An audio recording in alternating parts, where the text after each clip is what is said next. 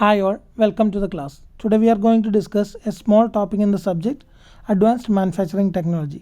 Already we are discussing fourth module and it is the fourth part of my presentation. Today's topic is ion beam machining.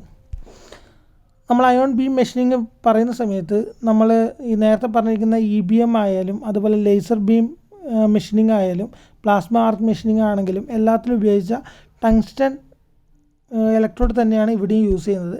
നേരത്തെ നമ്മൾ vacuum ഒക്കെയാണ് electron ബീമിൽ use ചെയ്യുന്നതെങ്കിൽ ഇവിടെ നമ്മൾ inert gas use ചെയ്യുന്നുണ്ട്. ആർഗണാണ് normally use ചെയ്യുന്ന inert gas എന്ന് പറയുന്നത്. ഈ ആർഗൺ ഇനേർട്ട് ഗ്യാസിൻ്റെ അകത്തുനിന്ന് ഈ ഇലക്ട്രോണും ആർഗണും തമ്മിലുള്ള കൊളീഷൻ കാരണം ആർഗൺ അയോൺസ് പ്രൊവൈഡ് ചെയ്യും. ഒരു വാക്വം ചേമ്പറിലേക്കൂടെ പാസ് ചെയ്ത് വർക്ക് പീസിൽ ഇമ്പിൻ ചെയ്ത് മെഷീനിങ് നടത്തുകയും ചെയ്യുന്നതാണ് ഇതിൻ്റെ ഒരു ശരിയായ മെത്തേഡ് എന്ന് പറയുന്നത്. ഇതിൻ്റെ അത് ശരിക്കും പറഞ്ഞു കഴിഞ്ഞാൽ ഈ ആർഗൺ അയോൺ നേരെ പോയിട്ട് ആർഗണാണ് എടുക്കുന്നുണ്ടെങ്കിൽ ആർഗൺ അയോൺ പോയിട്ട് ഒരു സർഫസിൽ ഇമ്പിൻ ചെയ്യുന്ന സമയത്ത് അവിടെ മൊമെൻറ്റം അല്ലെങ്കിൽ എനർജി ട്രാൻസ്ഫർ എന്തായാലും നടക്കും. ആ എനർജി കാരണമാണ് വർക്ക് പീസിൽ നിന്ന് മെറ്റീരിയൽ റിമൂവ് ആവുന്നത്. ഇത് normally around 0.1 to 10 atom from work piece നമുക്ക് ഇതുപയോഗിച്ചിട്ട് കട്ട് ചെയ്യാൻ പറ്റും അഥവാ റിമൂവ് ചെയ്യാൻ പറ്റുന്ന ഒരു മെത്തേഡാണ് അയോൺ ബീം മെഷീനിങ് എന്ന് പറയുന്നത്. അതിൻ്റെ ഒരു ചിത്രമാണ് ഇവിടെ കൊടുത്തിരിക്കുന്നത്. നോർമലി ടങ്സ്റ്റൺ ഇലക്ട്രോഡാണ് ഇവിടെ യൂസ് ചെയ്യുക. പിന്നെ കൂടാണ്ട് മുകളിലത്തെ ഈ ക്യാവിറ്റിയിലാണ് ആർഗൺ ഉണ്ടാവുക. ആർഗണിൻ്റെ എൻട്രിക്ക് വേണ്ടിയിട്ടൊരു ക്യാവിറ്റി വെച്ചിട്ടുണ്ട്. അതിൻ്റെ നെക്സ്റ്റ് വരുന്നതാണ് ഇൻ്റർമീഡിയറ്റ് ഇലക്ട്രോഡ്. പിന്നെ നെക്സ്റ്റ് വരുന്നത് ആനോഡ് അപ്പേച്ചർ, അതേപോലെ കൺട്രോളിങ് ഇലക്ട്രോഡ്, പിന്നെ കൂടാണ്ട് എക്സ്ട്രാക്ടർ ഇലക്ട്രോഡ്. അതിൻ്റെ താഴെയാണ് സെക്കൻഡ് ക്യാവിറ്റി എന്ന് പറയുന്നത്, അഥവാ ഇത് വാക്വം ചേമ്പർ എന്ന് നമുക്ക് പറയാം. അതിൻ്റെ ഇടയിൽ ഈ അയോണിനെ ഗൈഡ് ചെയ്യാൻ വേണ്ടിയിട്ട് ഇലക്ട്രോസ്റ്റാറ്റിക് ലെൻസസ് പ്രൊവൈഡ് ചെയ്തിട്ടുണ്ട് കറക്റ്റായിട്ട് ലൊക്കേറ്റ് ചെയ്യാൻ വേണ്ടിയിട്ട്. ഈ വർക്കിംഗ് ചേമ്പറിൽ വാക്വം ക്രിയേറ്റ് ചെയ്യാൻ വേണ്ടിയിട്ട് ഒരു വാക്വം പമ്പ് ഇതിനകത്ത് പ്രൊവൈഡ് ചെയ്തിട്ടുണ്ട്. താഴെ ടേബിളിൻ്റെ മുകളിലാണ് വർക്ക് പീസ് ഹോൾഡ് ചെയ്ത് വെക്കുന്നത്.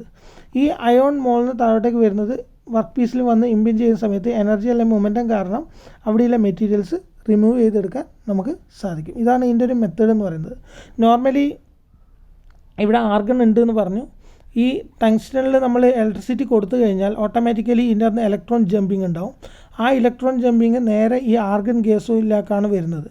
അന്നേരം അവിടെ ഇൻ്റർമീഡിയറ്റ് ഇലക്ട്രോഡും ആനോഡ് അപ്പേച്ചർ എല്ലാം വെച്ചതുകൊണ്ട് തന്നെ ഓട്ടോമാറ്റിക്കലി ആർഗണും ഇലക്ട്രോണും തമ്മിലൊരു കെമിക്കൽ റിയാക്ഷൻ നടക്കും. അഥവാ ആർഗൺ പ്ലസ് ഇലക്ട്രോൺ കൊടുത്തു കഴിഞ്ഞാൽ ആർഗൺ അയോണും ഒരു ഇലക്ട്രോണും കൂടി പോയി 2 ഇലക്ട്രോണുമായിട്ട് നമുക്ക് സ്പ്ലിറ്റ് ചെയ്തെടുക്കാൻ കഴിയും. ഈ ആർഗൺ അയോണിനെ നേരെ നമ്മൾ ഗൈഡ് ചെയ്തിട്ടാണ് വർക്ക് പീസിലേക്ക് കൊടുക്കുന്നത്.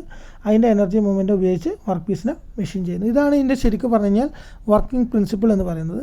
അത് വളരെ ഡീറ്റെയിൽ ആയിട്ട് ഇവിടെ കൊടുത്തിട്ടുണ്ട്. ഈ അയോൺ ബീം മെഷീനിങ്ങിൻ്റെ വേറെ പേരുകളാണ് അയോൺ എച്ചിങ്, അയോൺ മില്ലിങ് അല്ലെങ്കിൽ അയോൺ പോളിഷിംഗ് എന്ന് പറയുന്നത്. നോർമലി അവിടെ നടക്കുന്ന chemical reaction argon plus electron is equal to argon positive plus 2 electron. അങ്ങനെയാണ് ആർഗൺ അയോൺ നമുക്ക് ജനറേറ്റ് ചെയ്തെടുക്കാൻ പറ്റുന്നത്.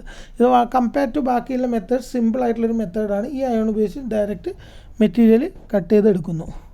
ഇതിൻ്റെ അഡ്വാൻറ്റേജസ് എന്ന് പറയുന്നത് മെയിനായിട്ട് good adhesion of treated surface ഉണ്ടാക്കാം. അതേപോലെ തന്നെ no dimensional changes take place. അതേപോലെ due to low temperature processing it reduces handling and stress problems. Chemical പ്രോപ്പർട്ടീസോ തെർമൽ പ്രോപ്പർട്ടീസോ ചേഞ്ച് ആവുന്നില്ല. And can solve friction, corrosion, oxidation, wear, fatigue problems എല്ലാം തന്നെ നമുക്ക് സോൾവ് ചെയ്യാം. പക്ഷേ ഇതിന് ഏറ്റവും ഇമ്പോർട്ടൻ്റ് ആയിട്ടുള്ള കാര്യം അയോൺ ബീം മെഷീനിങ്ങിന് വളരെ കോസ്റ്റ് കൂടുതലാണ്.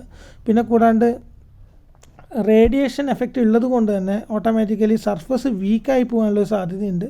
അതുപോലെ ഷാലോ ട്രീറ്റ്മെൻറ്റ് വളരെ ഇമ്പോർട്ടൻ്റ് ആണ്. Shallow treatment should be less than 1 micrometre വരെ ഷാലോ ട്രീറ്റ്മെൻറ്റ് ചെയ്തിരിക്കണം. ഇത്രയാണ് ഇതിൻ്റെ ഡിസഡ്വാൻറ്റേജസും അഡ്വാൻറ്റേജസും അയോൺ ബീം മെഷീനിങ്ങും എന്ന് പറയുന്നത്. Thank you.